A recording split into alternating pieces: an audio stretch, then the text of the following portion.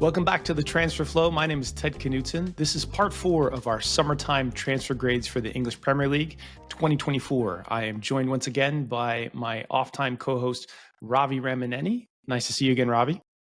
Hey, Ted, how are you? It's been such a long time. Yeah. So today we're going to walk through the final 5 teams, which includes Manchester United. It also includes Southampton, Tottenham Hotspur, the Hotspurs, West Ham United, and we're going to wrap up with Wolves. Manchester United, I think, are possibly the most varied set of analysis and responses from people around the media industry, even some people that we're friends with, about their summertime window. And I think that that's a great place to start, because I was on the fence about this for a long time until I kind of figured out how to contextualize it and what I thought they were doing. But I'm going to let you lead off with this one and tell us what you thought. Yeah, there's a lot to cover here. So I think in terms of bringing in number of starters into the team, not counting the teams that got promoted, I think they did the most. Like, for a big team, that's a lot of starter level players into the, to bring in one window. Leny, Yoro, yeah, he's injured right now, but I think they paid starter money for him. Ugarte, who joined literally the last day of the window. Ligt, center back. Zirkzee, the center forward, and Mazraoui, the right back. So you can see all these 5 players could be starting for them maybe in a month. And that's a lot of change to bed into a lineup and expect them to. And when you have expectations of finishing top 4 or like very high up, it tells you how bad they were last season. Yes. And also, if anybody has expectations of them finishing top 4 this year, like, they're just wrong. That's not an expectation you should have. You should disabuse yourself of that notion and choose to be more positive in life. Yeah, for sure. And I think the general thing that if I have to draw like a thread, draw a common thread across all these, it seems like this team needed a lot of change, and they generally got the positions right in terms of, these are the players we need to invest in, these are the positions. Now, I'm not sure if they got the right profiles in all of them, or it's a general direction of, okay, we know which direction we need to go and we're going in that direction, but it is, I don't think I'm not 100% sure if these are all the right profiles of the players they needed to go after for the money they spent. That would be my summary. So there's always a tax with Manchester United. Everybody knows that they're rich. And because they know that they're rich, they know that, and also because they historically have had to overpay again and again, whenever teams go into negotiation with them, they're like, oh, well, we could charge them a lot and we're going to get them. And what we saw this time around was really curious, because first of all, it was fairly smart. It's the first time I felt like United have had a fairly smart window in ages. And this is a Manchester United team that have not finished second or above in expected goals since Alex Ferguson left. Now, for those of you who are traditionalists, like, expected goals don't matter. Well, they tend to be the most predictive factor in future performance of teams that we have in most of the metrics that people have built. Goal difference is also really good, and their goal difference was garbage. So at least for a super team. But what we don't usually see in world football is a super team that's bargain hunting. And that's what they did here. And they had to bargain hunt for a lot of players.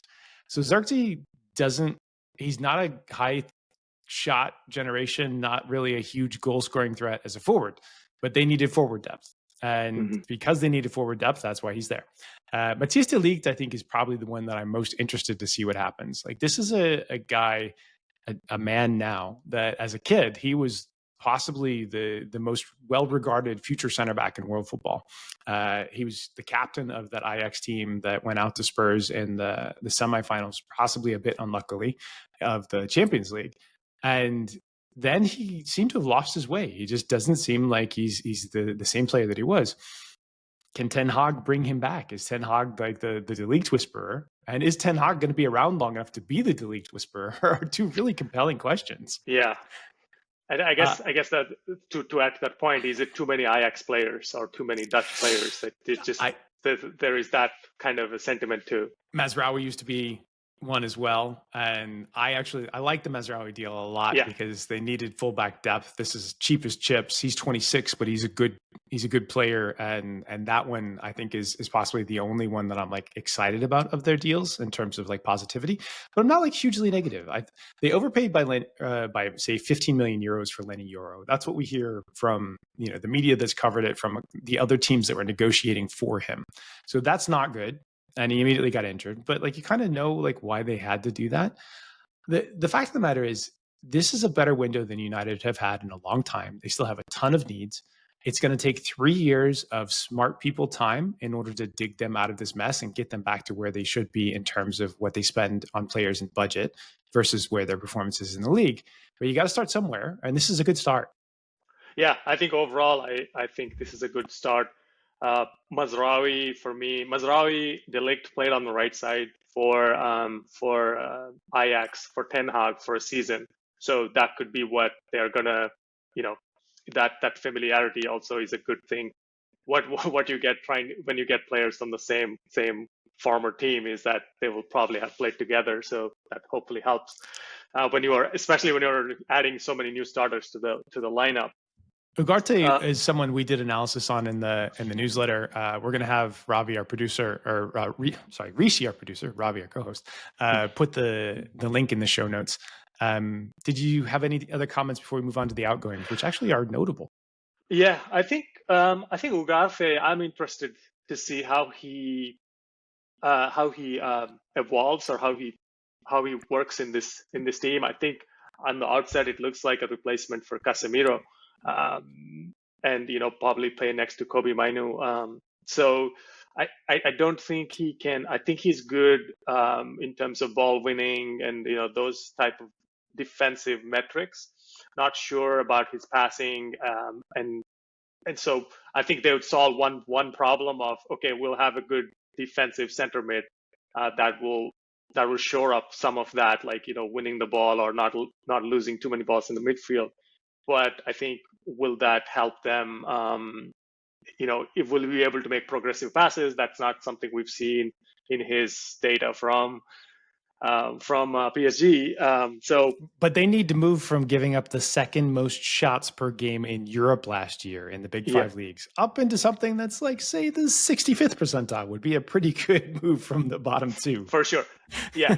I think from that perspective, he would have a fairly instant impact.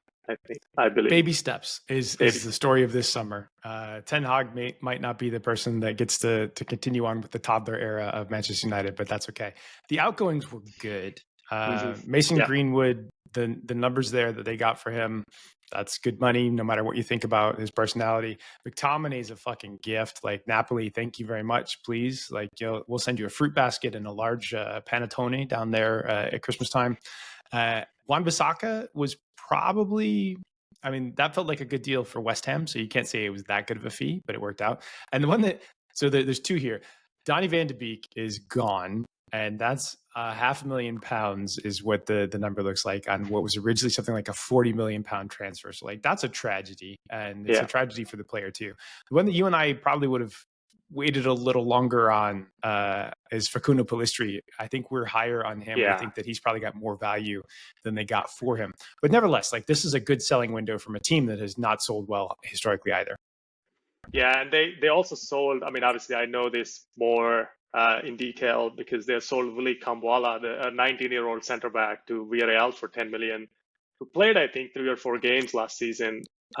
He already started for Villarreal for a game and then came on another game. He looked pretty good. I thought he looked okay. I mean, obviously it's hard to evaluate on one game, but it's someone. It was pretty interesting that they bring in Leny Yoro, who is younger than him. He's like 18, turning 19, for 60 or 55 55 million pounds, and then sell another similar age kid for 10 million. So it's pretty interesting.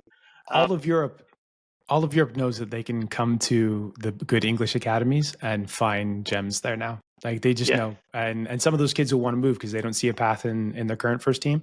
So Villarreal is actually probably a nice quality move for him, especially if he's guaranteed to get, well, they've suggested he's going to get playing time early. Yeah, for sure. And then I also had a note on Donny Van de Beek going for $500,000. That was funny, sad. And then I Funny. think, Where's your heart, Ravi? Where's your heart?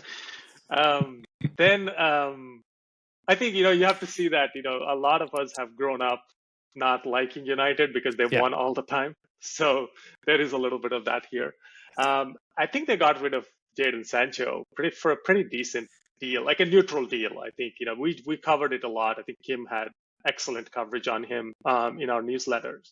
But I thought that was also another player that they didn't want in the dressing room or in their training ground, and they got rid of him, and it was not a complete wash. We'll see. The details on that contract and that agreement move are slightly confusing. Like, is it an obligation to buy? Is it a set of thresholds that are to buy? Who knows?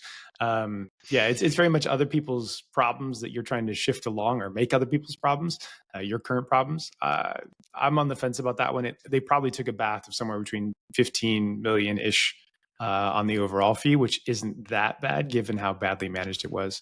So we got 4 more to cover here. We're going to go down to the South Coast. We're going to cover Southampton.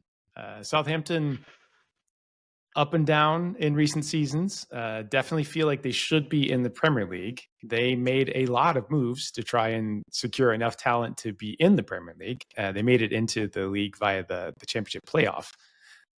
Did they do enough? I would say they were another team that, Championship last year. I think in one of the previous, when we talked about Ipswich, I mentioned they were the team with the second highest goals scored in their games for and against. Southampton is number 1. So I think from that perspective, I think that's not always good news if they're going to play the same style or try to play the same style in the Premier League. I think Ramsdale is a great signing for them as a goalkeeper. I think they'll get someone that's, started for Arsenal 2 seasons ago as a great age and a good goalkeeper. The one thing you don't want to do as a promoted team is come into the season with a dodgy shot stopper, because you're almost guaranteed you're going to face a lot of shots. And so because of that, like, Ramsdale's actually a pretty crucial piece. Even if Arsenal fans feel like, oh, they might have overpaid for him a little bit, like, the reality is, like, that's a big deal for Southampton and they needed to get it done. Yeah, and then you mentioned Harwood Bellis earlier, and also Flynn Downs, 2 players that played for them last season on loans. They've made them permanent. Both, one of them a good center back playing out of the back. Russell Martin's style is, a lot. They want to play with the ball a lot. And Flynn Downs, another piece in the midfield. I think that's a good player to continue to give that continuity to good players. I don't know, but I think that they added another center mid, Mateus Fernandes, who I think he's a different profile than Flynn Downs, so he could be the one that's more of the defensive guy that could, that would avoid giving up a lot of shots or help avoid giving up a lot of shots. So I'm pretty sure when I researched him, he's quite young and he came from Estoril. I think, if I'm not confusing him with somebody else. I thought that was a lovely signing because usually Portugal's pretty picked over and you're getting guys that are just out of the big academies and they're charging maximum fees. Like, I felt like this was a solid little one. The other one I liked was Yukinari Sugawara. He'll play quite a different role than he did in the Netherlands, because we expect Southampton to have to defend a lot more than Azad Alkmaar did. But I think that he is capable of doing both, and I thought that was a good one. The things I didn't like here were, some of these prices are a little high. I'm not as convinced on Cameron Archer as being somebody that's like a Premier League player. Brereton Diaz, I'm kind of on the fence about as well. It's interesting. I mean, Brereton Diaz did score a ton of goals for Blackburn in a couple of seasons, 2 years ago. And even last season when he didn't work out at Villarreal, part of the problem was that he was also got in when there was a managerial turmoil. They went through 3 managers within about 4 months space. So I think that kind of played into it. But when he got back to the Premier League on loan at Sheffield United, I thought he was okay. I mean, again, Sheffield United was pretty much done by then, but then they tried. He scored, I think, 6 goals in about 13 starts. So I don't know about that. I don't think It's not a bad signing. It's not a bad As I said, signing. Yeah. I don't know how it's going to work out. Is more my uncertainty there. The ones that I was like, why were Adam Lallana and Ryan Fraser, who I think both have been around the club. Fraser was on loan last year as well. They brought him in on a free. Like sometimes you just say no, right? Like they're not good enough to be Premier League players. You know that they're not good enough to be Premier League players. Like why are you potentially giving them minutes in order to do so? Yeah, for sure. I think it's yeah. I mean, it's probably like Southampton. I think isn't Lallana from Southampton originally? He's a longtime person around the club. Like it feels like he's ready to get his coaching badges and just hang. And maybe that's what it is. Maybe there's not a real fee or set of wages behind that. I'm not sure. They did have some sales. Those sales were basically getting out of deals that didn't work out for them or weren't quite good enough. They're fine. So I think we agreed on their incomings as a B+. We thought that was a pretty positive window, especially for a promoted club. And largely a B or B+ on the outgoings as well. So perfectly fine window for Southampton fans. I thought that of the 3 promoted teams, they were possibly the most likely to be able to stay up. I thought they certainly had the best gap between their odds of staying up and their likelihood of doing so. And I don't think that anything this summer sort of made me feel otherwise about that. I'm in complete agreement with that. Well, that's miserable. People want to see us hate each other and disagree. Right, let's do that for Tottenham Hotspur then. There we go. So Spurs, big money spent this summer. Dominic Solanke at sort of 55 plus million and some add-ons. We had young Archie Gray from Leeds, who's either a right back or a defensive midfielder, depending on how you look at it. Wilson Odelbeer from Burnley, I believe. Lucas Bergvall, a young player out of Sweden. And then they appeared to have locked in Timo Werner, or they got him for another year as he's seeing out a contract.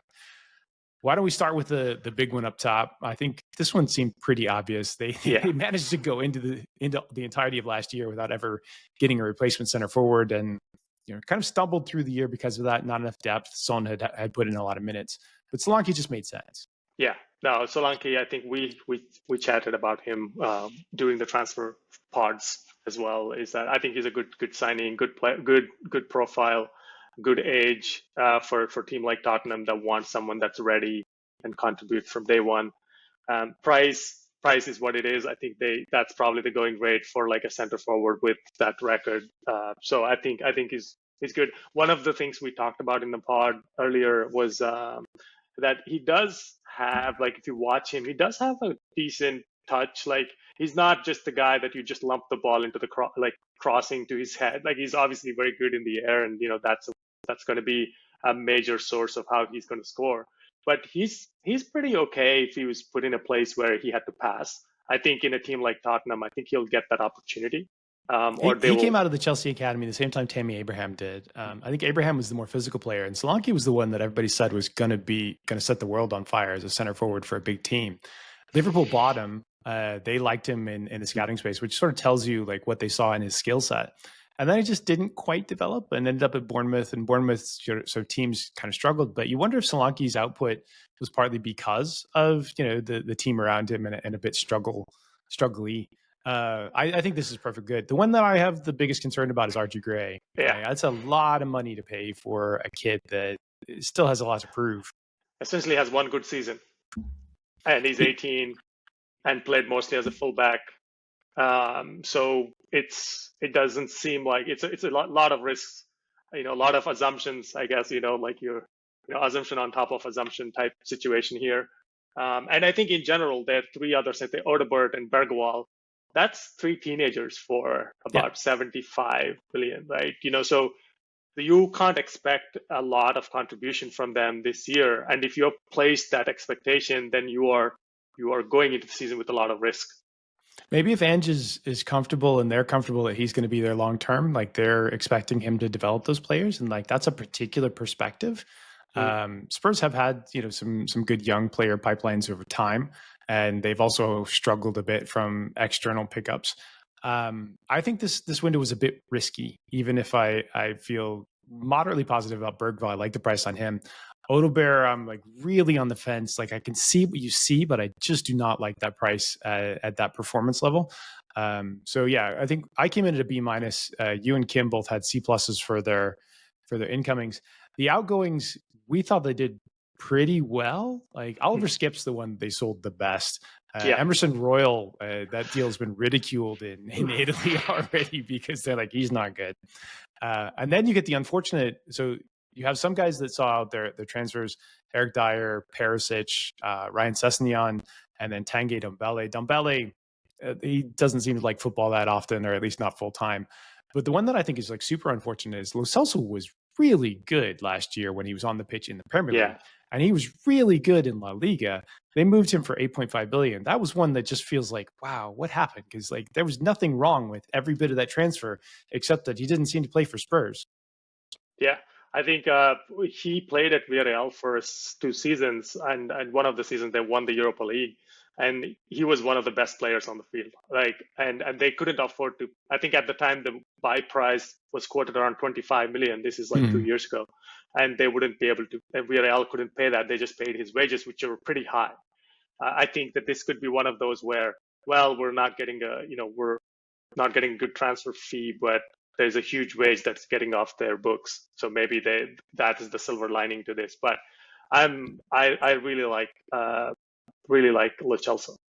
Yeah, and basically what we see from those outgoings is not only pretty good sales prices minus him, but also a lot of wages gone, like a lot. And maybe part of that's they haven't been in Europe for a couple of years, and so that's a big deal. But it also does feel like, if they find things that they want next summer, they'll be able to go after it. Not that Daniel Levy ever would in a fast fashion, because that's not seemingly his style. New style is at West Ham. David Moyes is gone. Julian Lopetegui is the new coach, longtime Spanish manager. Spain head coach very briefly, actually. Very briefly. That was a tumultuous period of time. Big money spent here. 40 million on left-footed center back Max Kilman, who we talked about in an earlier podcast as part of our left-footed center back sort of special. Niclas Fullkrug, who is an aging center forward out of Dortmund. Luis Guilherme. Crescencio Summerville, who is the player of the season last year in the championship from Leeds. Wan-Bissaka they picked up from Manchester United. And they got a couple of loans, which may or may not have buy obligations. Jean-Claire Todibo from Nice, who they really wanted to cash in on him before he went on a free. And Carlos Soler, who's a midfielder, longtime player in Spain at Valencia, went to PSG, didn't quite land, and they picked him up too. This feels risky. Yeah, lots of risks in here. I think for me, Summerville is the best deal of this, or to me. Ooh, like I felt you have a championship player and you have him as your best deal. I like this. I think that was for me what stood out from a positive side. Soler, I think, could be a sneaky good one. I think they landed him literally. No. I feel that kid's had forever to come good, and he never has. And he's been surrounded by real talent, and he still has never actually sort of performed any better than he did as like a 20-year-old.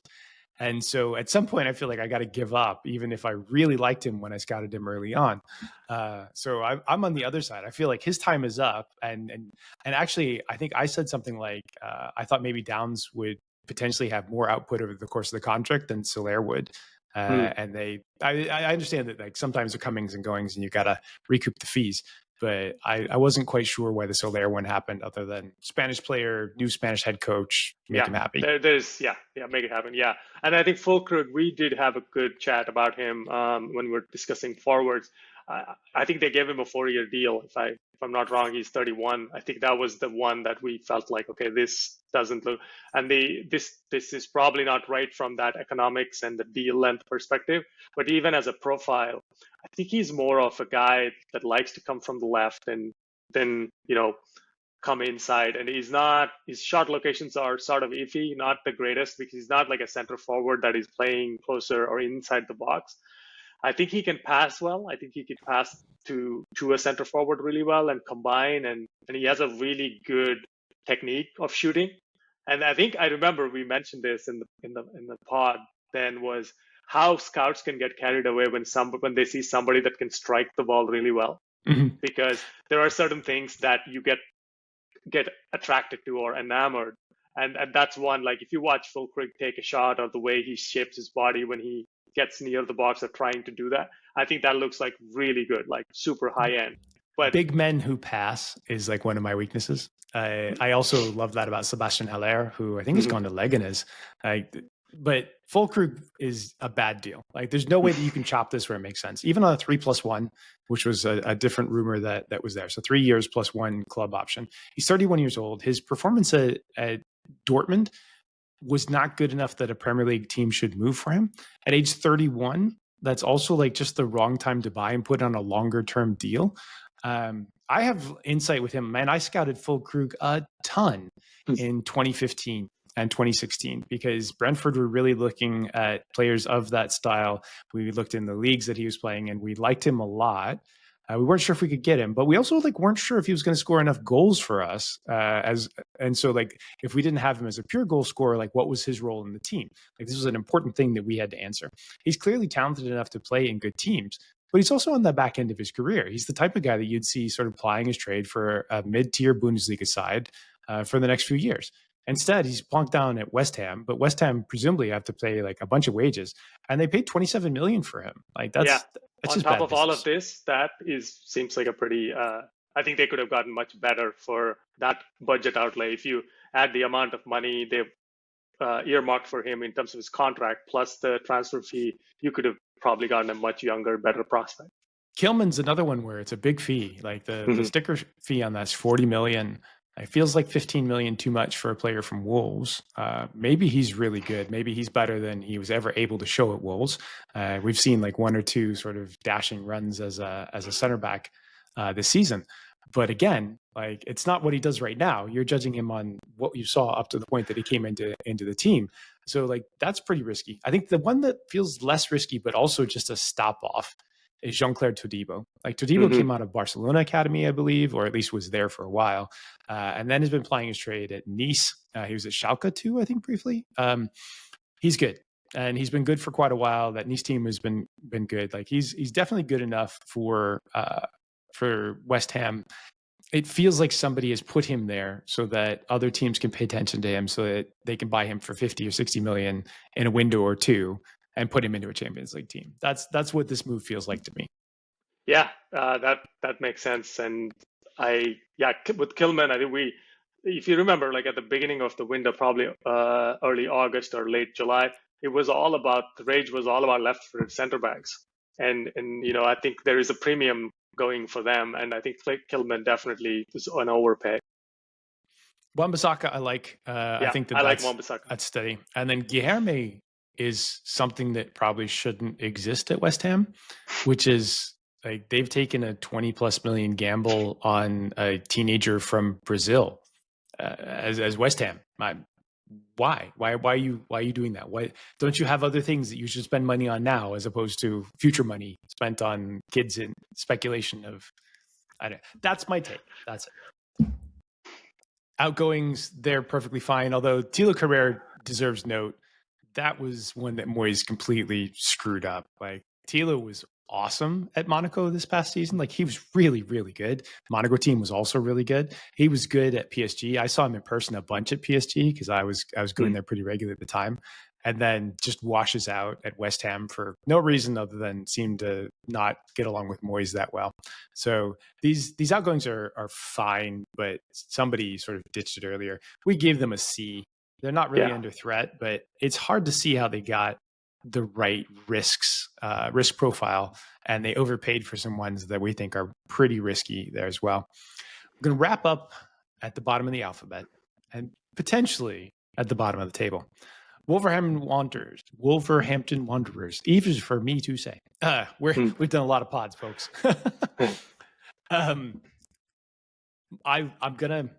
My description on Wolves was, I feel like someone gave me a pack of lottery tickets and asked me to grade their numbers. That's what I feel like for these transfers. I think I'm a little bit more positive than that. I thought their outbounds were very good. Their outbounds were the best in the world. Like, they crushed the outbounds, and whether that Pedro Neto deal is real. So that's a different thing. Their outbounds were awesome. Well done to them. They sold their socks off. The incomings? Yeah, I mean, Andre is the one I think seems like a decent, for me, a good passer of the ball. Also defensively very sound. I think somebody that could that's not going to be a net negative. I think I think his floor is pretty high. No matter how much potential he's got, that's something to be seen. They signed Sam Johnstone, who's a very steady keeper who I thought in two different styles with Hodgson and Glasner between them. I think he in both styles he did pretty well if you look at his numbers. I thought his metrics looked good in both. So that gives me some confidence that he can go to another team, another style of play, can adapt. So I thought those two, and Strand Larsen, he had a couple of decent years at Celta Vigo who are not very good, who kind of struggled relegation. But I just can't see how he can, not the type of striker I would see as it translates into the Premier League. So that's the one. He's exactly the type of striker that you want to go and create mismatches against center backs that are smaller or younger. Like he's not, you can't put him in the, we've seen this over and over again. We've seen players that are big and strong in other leagues that bullied players. And they've absolutely failed to bully players in the Premier League because they're too good. The athletes are simply too good. And if your style is based on physical mismatch and you don't have it anymore, you're a flop every single time. Yeah. And I don't know anything. I don't think Rodrigo Gomes is another one that I feel like is not. I can't see a good path for him in the Premier League. So I mean, I'm not saying that the Strand Larsen is going to be a flop. I'm saying the pattern recognition says that players of his style, and having watched him a bit, like that's not a risk I would take there. So effectively, I'm like, who knows? These are a lot of gambles. I think Johnstone's not a problem, but like they paid 10 million, so like whatever. And then Andre, like you're somewhat positive on. I'm just like a lot of shrugs. And so, one or two of these may pay off and good for them, and they'll be able to sell them for 40, 50 million. Next time around, the big team comes wanting a Portuguese or a Brazilian player. There you go. Yeah, there you go. but the outgoings deserve particular note. Between Kilman, who we said West Ham overpaid for, and Pedro Neto, who baffling, and then finally wrapped up with Daniel Podence. Like that is an awesome sales window, and they did a great job there. So Kim said they're an overall grade B+. I think it was closer to a B, but nevertheless, like this good work. That wraps us for the show this time. Thank you so much to everybody for listening. Remember, there are 4 parts to this. We have covered all of the major transfer in and outs and given grades for every single team in the Premier League for summer 2024. If you like us, subscribe, 5-star review on every place you see us.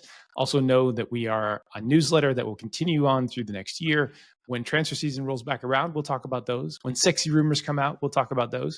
But in the meantime, like there'll be lots of talk about teams that are succeeding and struggling throughout the course of the year. And there'll also be some gambling conversations as well. So if you're interested in those, definitely come to thetransferflow.com/subscribe.